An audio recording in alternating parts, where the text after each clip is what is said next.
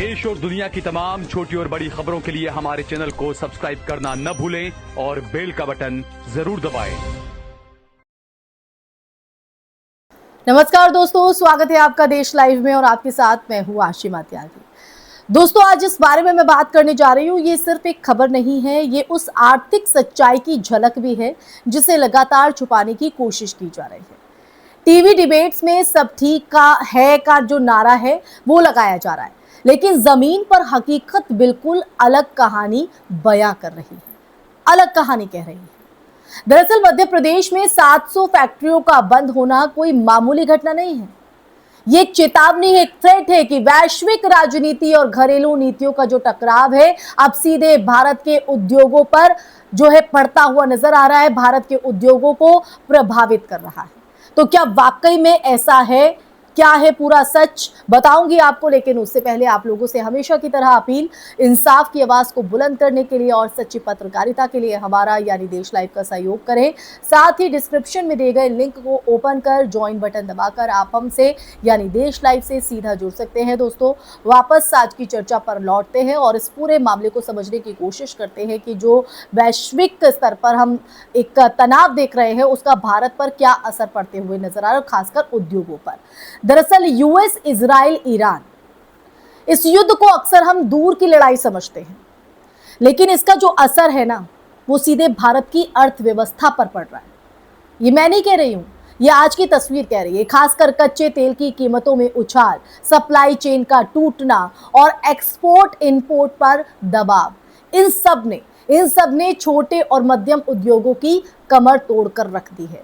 Madhya Pradesh industrial association यानी AIMP के कोषाध्यक्ष अनिल पालीवाल के मुताबिक करीब 60% उद्योग इस संकट से प्रभावित है।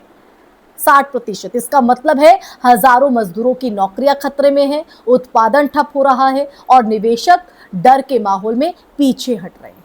तो आप समझ रहे हैं कि किस तरह से ये पूरा माहौल बना हुआ है और इसी माहौल के बीच जो स्थिति है वो बेहद विकट हो जाती है, गंभीर सवाल भी खड़े कर देती है।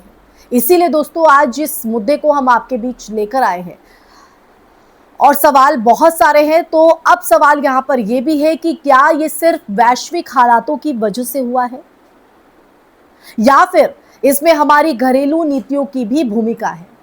अगर हम पिछले कुछ सालों की आर्थिक रणनीतियों को देखें तो उससे स्पष्ट होता है कि भारत की जो अर्थव्यवस्था है उस अर्थव्यवस्था को बाहरी झटकों से बचाने के लिए पर्याप्त तैयारी नहीं की गई।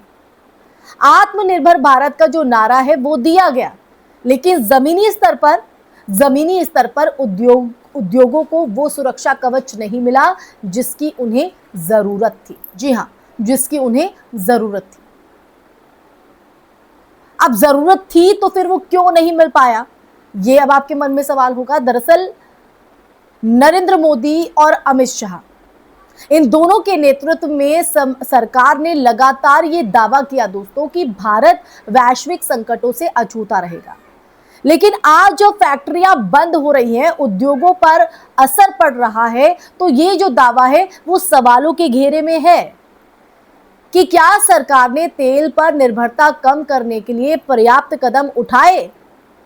क्या वैकल्पिक ऊर्जा स्रोतों को उतनी प्राथमिकता दी गई जितनी जरूरी थी?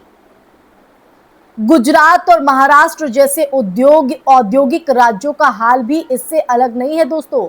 वहां भी उत्पादन में गिरावट और लागत में बढ़ोतरी ने उद्योगपतियों को कहीं ना कहीं सीधे इफेक्ट किया है, परेशान करके रख दिया है। और खासकर MSME सेक्टर, जो भारत की अर्थव्यवस्था की रीढ़ माना जाता है, सबसे ज्यादा प्रभावित हुआ है, सबसे ज्यादा।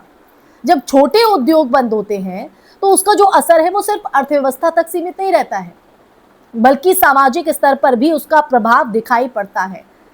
बेरोजगारी बढ़ती है, पलायन होता है, आर्थिक असमानता जो है वो गहराती है। तो आप देख रहे हैं कि संकट कितना भारी है। MSME सेक्टर में ये पहली बार नहीं हो रहा है।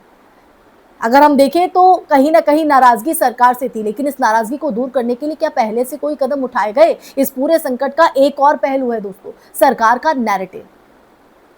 जब भी कोई समस्या सामने आती है तो उसे या तो नकार दिया जाता है या फिर उसका दोष किसी बाहरी ताकत पर डाल दिया जाता है। लेकिन सच्चाई यह है कि एक मजबूत अर्थव्यवस्था वही होती है जो बाहरी झटकों को सहने की क्षमता रखती हो। अगर 700 फैक्ट्रियां बंद हो जाती हैं तो यह सिर्फ युद्ध का असर नहीं है, बल्कि नीति निर्माण की कमजोरी भी दर्शाता है। भारतीय जनता पार्टी के समर्थक अगर बात करें तो अक्सर ये कहते हैं कि देश सुरक्षित है, अर्थव्यवस्था मजबूत है, लेकिन जब जमीन पर उद्योग बंद हो रहे हों तो ये जो दावा है वो खोखला लगता है। दोस्तों, देशभक्ति का मतलब सिर्फ नारे लगाना नहीं होता है। सिर्फ उन पर नारे लगाकर आप अपनी देशभक्ति नहीं दिखा सकते, बल्कि सच्चाई को स्वीकार करना होता है। उससे निपटने के लिए ठोस जो कदम है वो उठाना भी देशभक्ति होता है। तो ये वो सच है जो कहीं ना कहीं हम तक नहीं पहुंचने दिया जाता है हम तक। तो आने वाले समय में अगर हम बात करें तो आने वाले समय में ये जो संकट है और गहरा हो सकता है। अगर तेल की कीमतें यूं ही बढ़ती हैं या युद्ध लंबा खिंचता है तो इसका जो असर है वो सिर्फ उद्योगों तक सीमित नहीं रहेगा, ये आम आदमी की जेब पर भी पड़ेगा। महंगाई बढ़ेगी, रोजगार के अवसर कम होंगे और आर्थिक अस्थिरता भी बढ़ेगी। और यही जो डिसबैलेंस देश में हलचल पैदा कर देगा। तो इसलिए जरूरत है कि हम इस मुद्दे को सिर्फ राजनीतिक बहस तक सीमित ना रखें, इसके दायरे को बढ़ाएं, बल्कि इसे एक राष्ट्रीय चिंता के रूप में भी देखें। सरकार को चाहिए कि वो पारदर्शिता के साथ स्थिति को स्वीकार करे। एक्सेप्टेंस में कोई बुराई नहीं है और इसे स्वीकार करने के साथ उद्योगों को राहत देने के लिए ठोस कदम भी उठाए, चाहे वो टैक्स में राहत हो, सब्सिडी हो या फिर वैकल्पिक ऊर्जा स्रोतों में निवेश। इन तमाम पहलुओं पर सरकार को गौर फरमाना होगा। तो देश लाइव सरकार का ध्यान इस ओर खींचना चाहता है और अगर उन तक आवाज पहुंचती है तो इस पर जरूर सरकार स्टैंड ले, ताकि ये जो प्रभाव यहाँ पर पड़ता हुआ दिखाई दे रहा है, ताकि ये जो संकट इस वक्त मंडरा रहा है वो और ज्यादा ना बढ़े। तो अंत में बात बहुत सीधी है कि अगर आज भी हम सच्चाई से आंखें चुराते रहे तो कल ये जो संकट है वो और बड़ा रूप ले सकता है।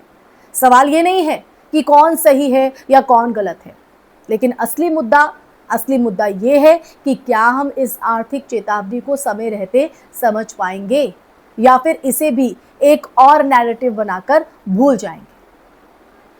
तो दोस्तों, इसका जवाब आप कमेंट सेक्शन में कमेंट करके जरूर दीजिएगा। इसी के साथ इस चर्चा में फिलहाल के लिए बस इतना ही। चर्चा कैसी लगी आपको, मेरी बात से आप कितना इत्तेफाक रखते हैं, क्या है आपकी राय, कमेंट सेक्शन में कमेंट करके ये भी जरूर बताइएगा। दोस्तों, इस वीडियो को ज्यादा से ज्यादा शेयर कीजिएगा, हमारे चैनल देश लाइव को सब्सक्राइब कीजिएगा। फिर हाजिर होगा देश लाइव ऐसा ही सच का मुद्दा लेकर। तब तक के लिए आप अपना ख्याल रखिए। जय हिंद, जय भारत, नमस्कार।